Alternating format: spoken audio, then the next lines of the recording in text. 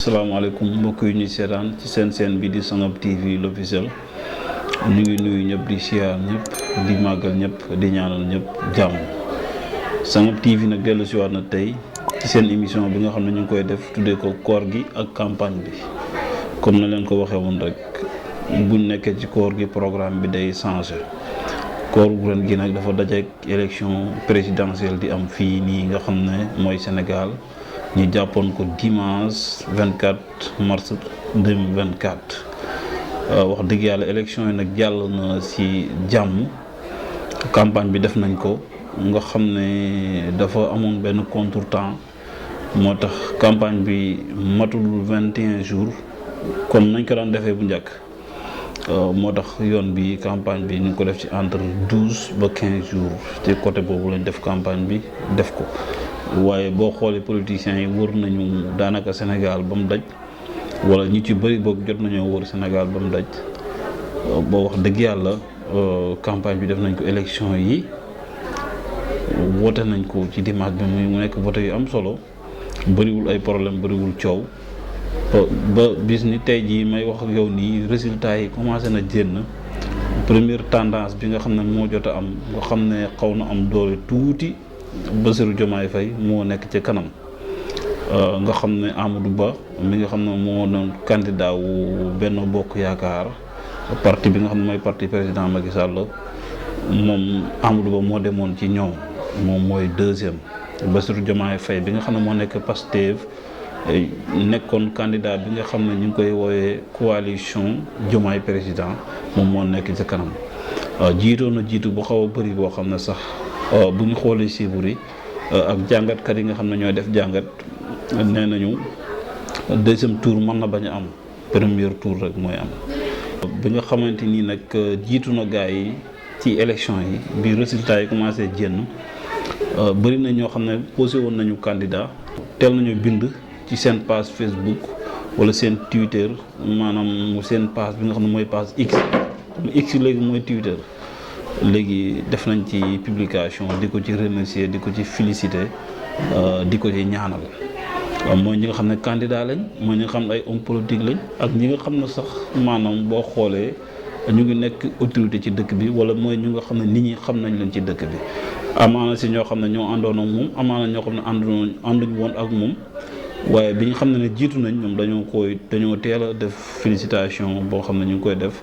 seen page Facebook yi wala def ci ñaan wala seen communiqué boo xam ne communiqué officiel lañ koy def mooy communiqué parti yi moo xam Malick Gakou moo xam Khalifa Sall Pape Djibril Fall Anta Babacar Ngom Mamadou Lamine Diallo ak ñeneen ak ñeneen.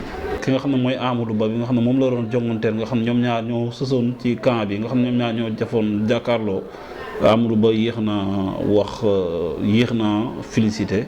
parce que xawoon na am benn jiixi jaaxa bu ndaw ci guddi gi nga xam ne mooy guddi gi élection yi waaye ñu bind benn communiqué boo xam ne xawoon naa indi jaaxle tuuti mais bu ñu demee ba waxtaanal seen biir ba jox rendez-vous ne ci lendemain bi nga xam ne mooy altine bi dinañ def waxtaan suñu defee waxtaan maanaam ñu xam ba xam fan la ñuy féetee biñ ñëwee tey nag def waxtaan ba pare ñëw.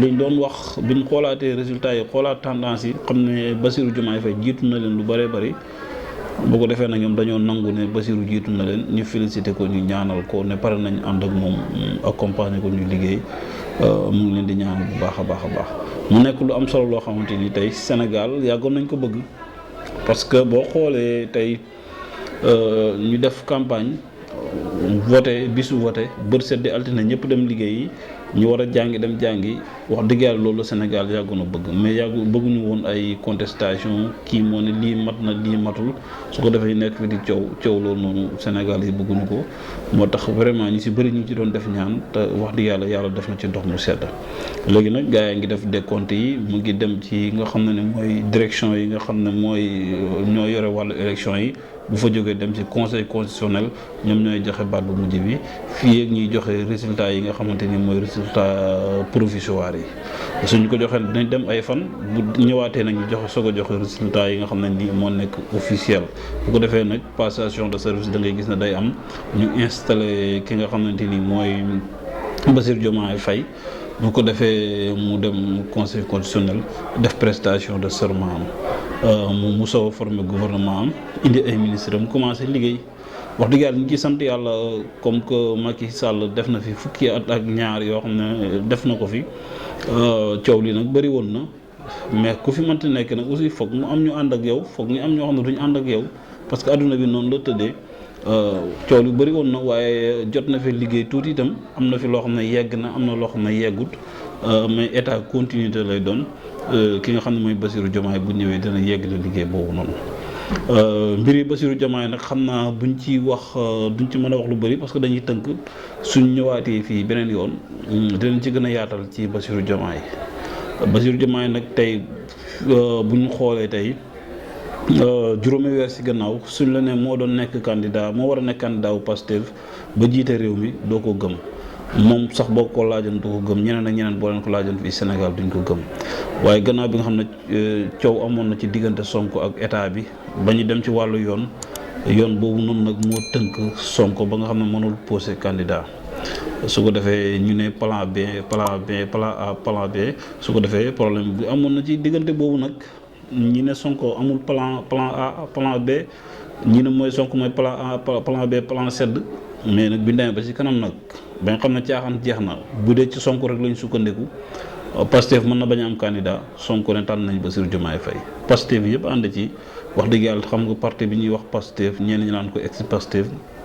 bokk na ci parti yi gën a soudé wu fii ci Sénégal dañu organisé wu fii ci Sénégal bu ko defee ñu wóyu ci ndigal loolu noonu ñu liggéey ci liggéey boobu ne Bassirou Diomaye Faye mooy seen candidat ñu doxal ci loolu bu ñuy doxalee ba tey ñuy def élection donte bëri ñu ñëw ànd ak ñoom Mimi Touré Abdourahmane Diouf ak ñeneen ak ay mouvement yoo xamante ni ñëw nañ ànd ci dernier moment bi nga xam ne parti bi nga xam ne mooy PDS parti démocratique sénégalais ñoom demuñu élection parce que amoon nañu problème par rapport ak conseil constitutionnel ci double nationalité Karim Wade yi bi ñu ñëwaatee nag nga xam ne ñoom dara desul lu dul élection ñoom ñu jël seen décision ne ñu ngi jàppale Bassirou Diomaye Faye ba tey jii Bassirou jël ndam de waaw kon sama gars yi mbir mi daal mu ngi noonu élection yi tey moo fi gën a fës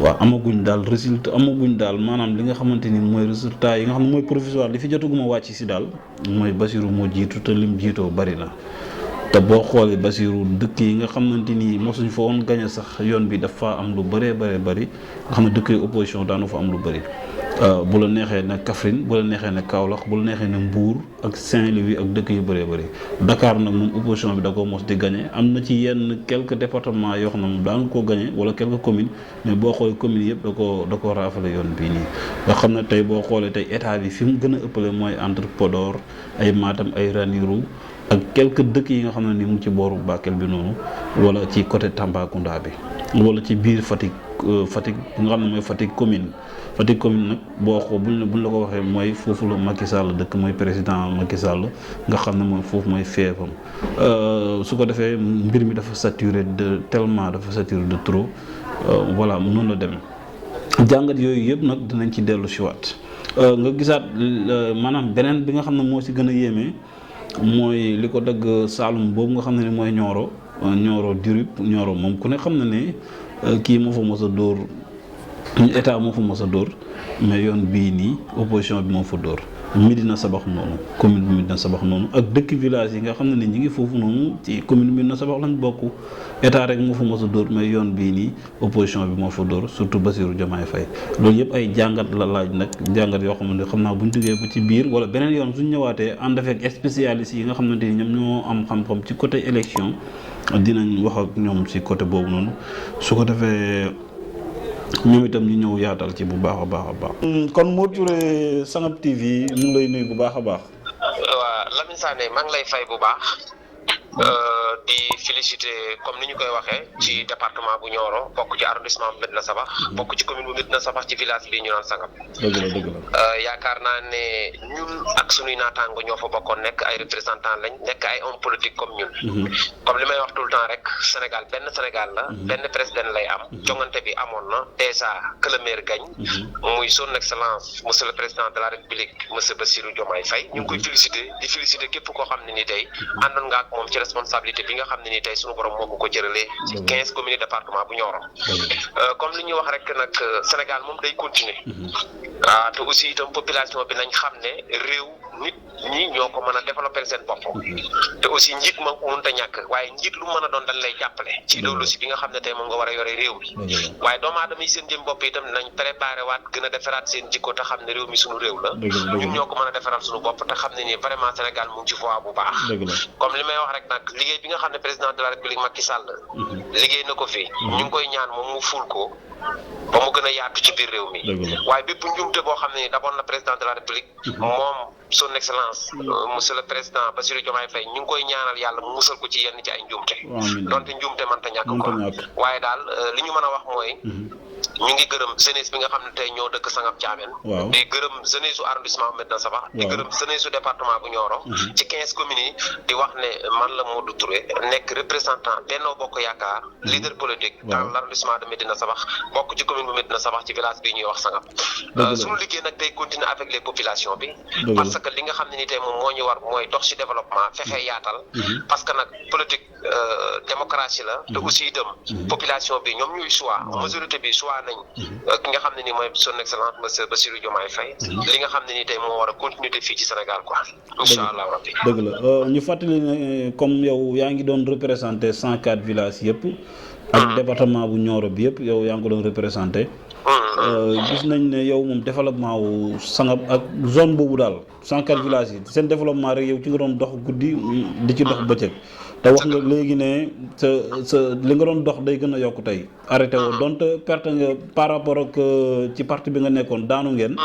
mais say activité day continuer léegi yow félicité nga leen parce que bi nga ko defee sax yàgg na def nga bind nga say page Facebook ak ci groupe yi nga xam ne moom la zone bi yëpp bokk remercier leen ñaanal leen quoi te loolu grandeur la quoi te wane ne nit moom nit rek la mën a doon te nit ku nekk bu jongante amee kenn rek moo mën a dem bu ko ñaar seqee wala ñett kenn rek moo mën a dem ña si des itam wax dëgg yàlla war nañoo am grandeur pour remercier leen quoi léegi dañ bëgg léegi yow sa liggéey parce que yaa ngi doon liggéey ak ñoom monsieur Ousmane Gueye mooy PCA yaa ngi doon liggéey ak Pape Mademba bi tey directeur de la Sénélec dañu bëggoon yéen fi mu toll nii seen position lan la pour le moment wala teel na ci moment bi ñu toll nii.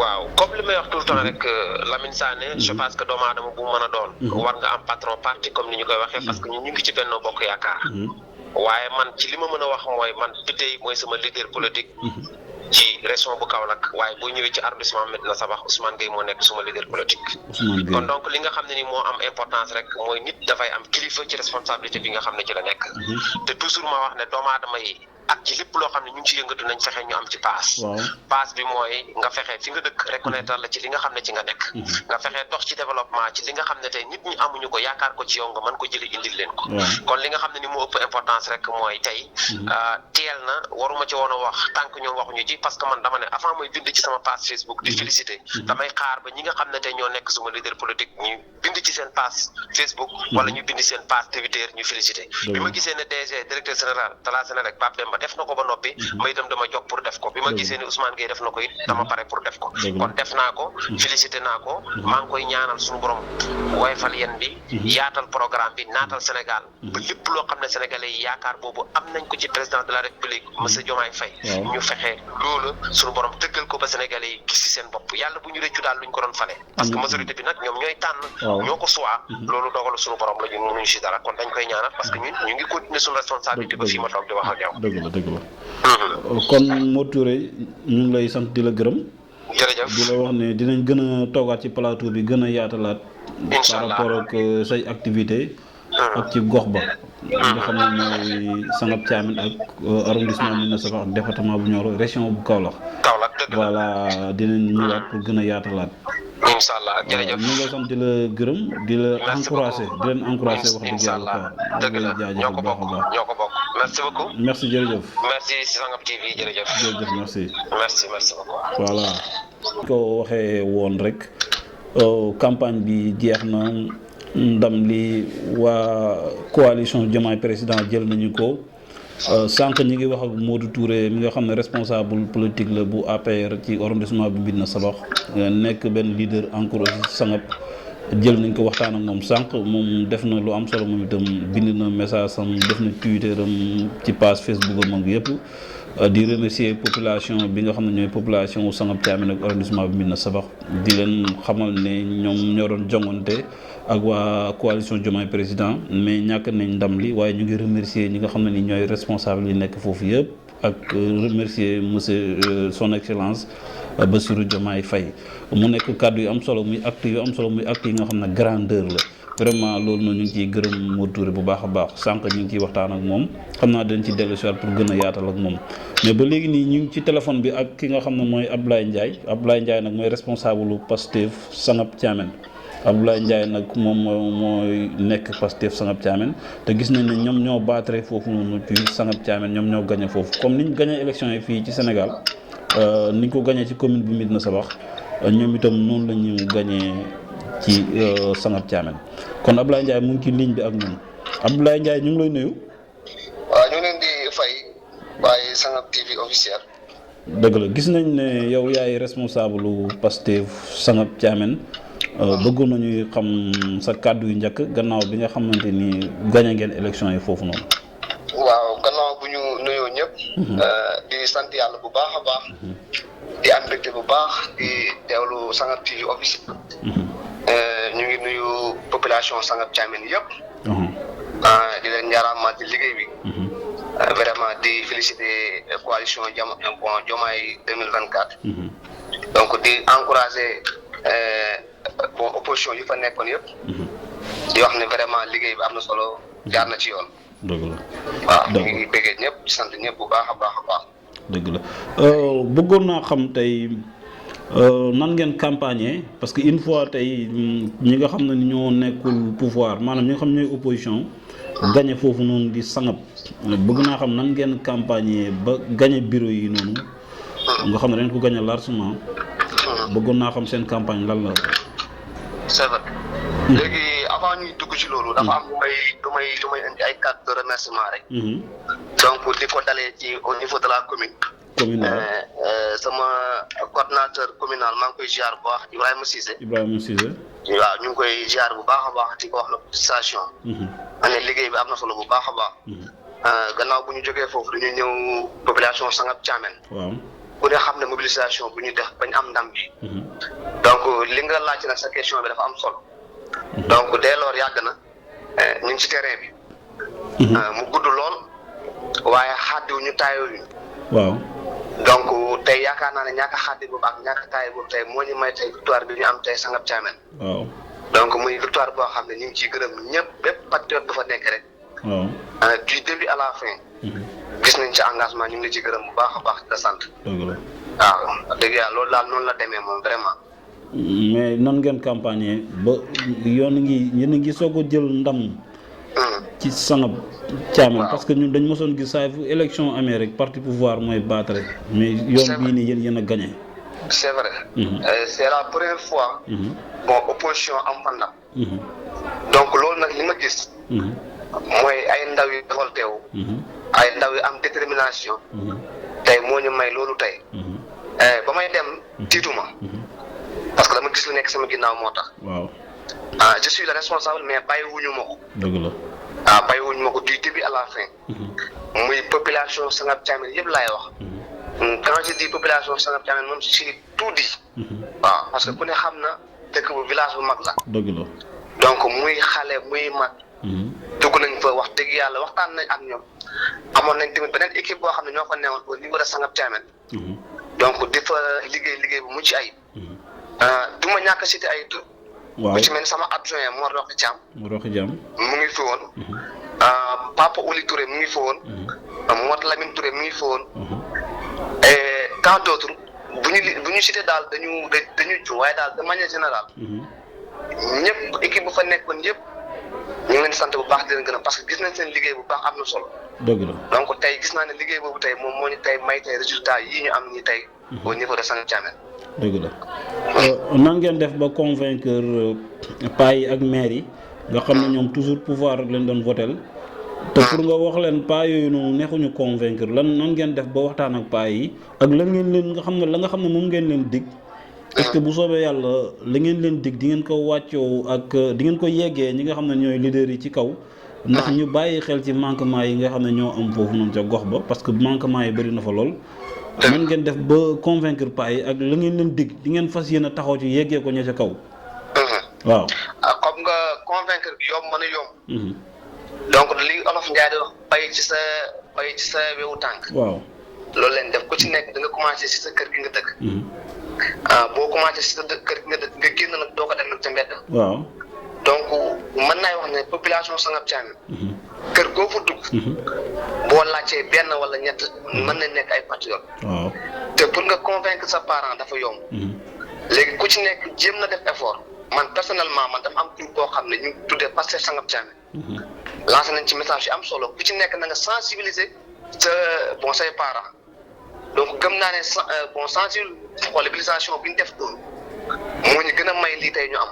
dëgg la. waaw waxtaan nañ ak parents yi ci anam bi ñu gënee. parce que xale tey say parents tey bu la juree. mu gis ne sama doom tey mu ngi ci lii te yàgg na ci taw yoon bi gudd na. wax dëgg yàlla parents amul lu ñu mënti def moom jàppale bon ci ay doomam rek loolu rek laa gis. dëgg la. di ñëwaat tamit di wax ne. am na ci ay parents yoo xam ne dañoo déterminé dañoo engagé wu ci lii. waaw xam nga dañ ne projet bi ndaw ñi rek ko moom. waaw. mais man dama gis ay parents yoo xam ne ku ci mel ni. duma koo fàtte tudd ba mu ñëwee yàggul. mu suñu bàjjen Khady Gueye. dëkk Thiamène. renseigné wu na wax dëgg yàlla mu doon koo xam ne moom ku ne xam na ko ci ay mbootaay. dëgg la. mu doon femme boo xam ne vraiment ci une femme battante. liggéey na fa moom tamit liggéey bu am solo gis nañ ko. dëgg la. di sant aussi sama jigéen Dumbe Thiam. kon li ñuy wax rek foo gis góor rek moom di nga ko fa gis. dëgg la. waaw ñu ngi ko daanaka boo xoolee li gën a ëpp ci li ñu sensibiliser moom moo ko dox. dëgg la. loolu kon ñu ngi gërëm ñëpp ci sant ñëpp ci côté boobu noonu. maanaam di la wax na daal comme li nga laajte noonu daal. sonnuñu si. wax dëgg yàlla liggéey bi sonnuñu si noonu parce que. liggéey bi yàgg na gudd na. dëgg la. waaye dawal nañ compétence ñoom itam ci liñ leen di wax parce que wax dafa métti. waaye mais ba ñu wax ak ñoom dégg nañu ci loolu. dëgg la. tey moo ñu may tey résultat bi dañoo génn premier bureau. deuxième bureau bi dañ faa gañ. dëgg la.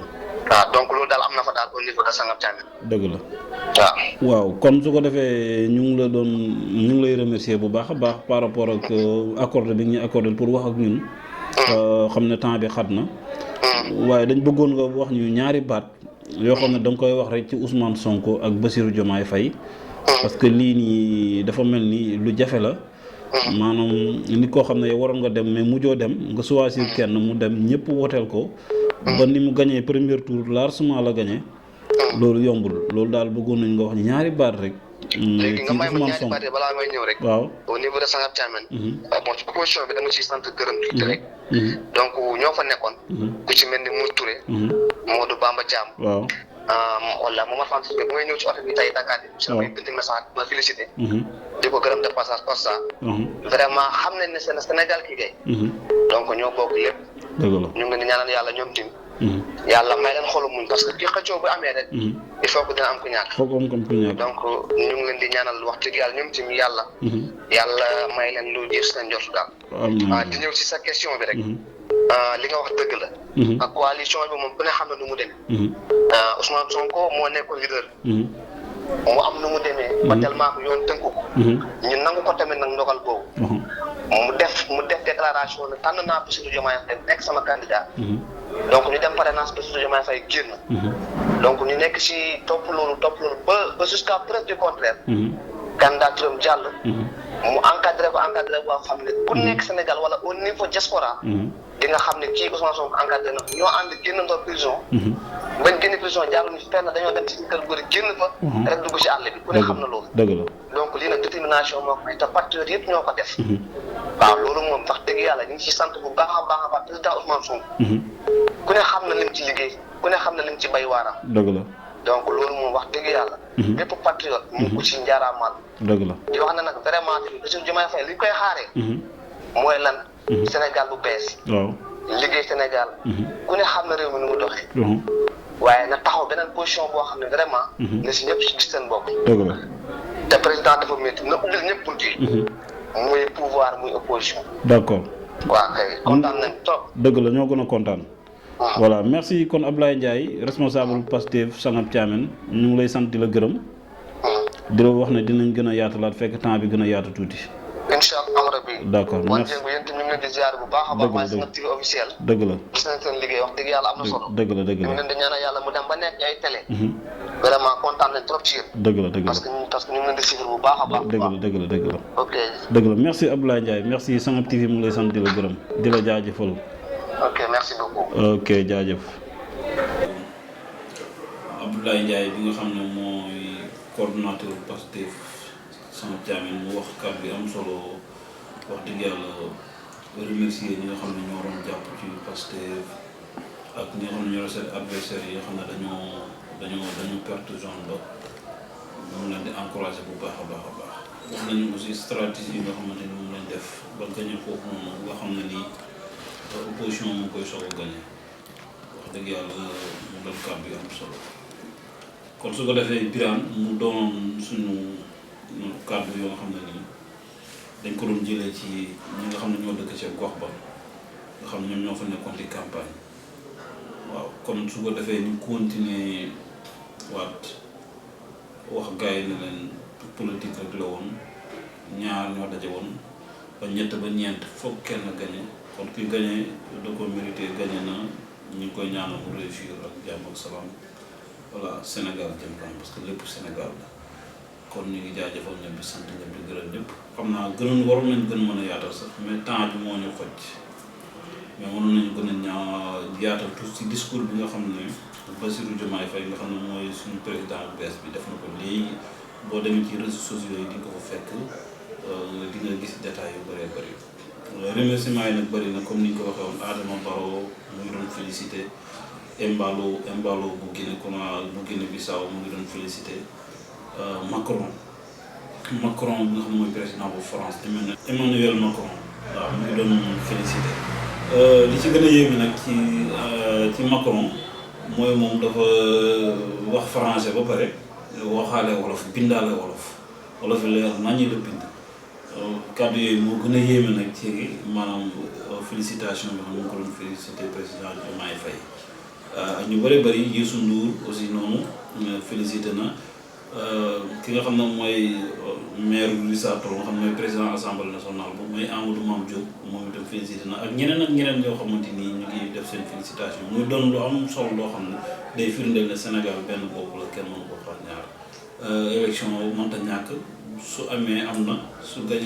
kenn gañee ki ko mérite moo gagné mais dañuy xam ne lépp biir Sénégal la lépp lu defar Sénégal rek la liñ ci jublu rek mooy Sénégal jëm kanam kon gars yi souvent bu ñuy campagne di nga dégg wax ji coow lu bëri wala dige yi bëri yëpp dina bëri waaye wax dëgg yàlla am na ci yoo xam ne parfois su amee sax ba gars yi jàpp ne dafay xaw a doy waar mais bu jeexee rek jeex na bu élection xasee bu am bu jeexee jeex na kon su ko defee suñu émission bi jeex na ñu ngi sant ñëpp di gërëm ñëpp di gërëm Birame Touré bi nekkoon ci caméra bi suñu gars yi nga xam ne ñoo ngi seetaan toujours suñu internet ñu leen di gërëm ak suñu animateurs yi Ndaamal Saloum ñëwul tey oustaz Mor Touré ak ñeneen ñi nga xam ne ñoo nekk fii di présenté ñëwuñu tey mais ñu ngi leen di xaar seen émission yi di ñëw ñu ko tuddee ko koor gi ak campagne kon su ko defee resté leen Sangap TV di abonné di partager voilà di aimé ñuy gërëm nag ñi nga xam ne ñoo ñuy seetaan toujours mais am na si ñoo xam ne ñoom itam membre Pastef lañ ku ñu mel ñoom Xaadim Thiam Alaaji Ousmane Ka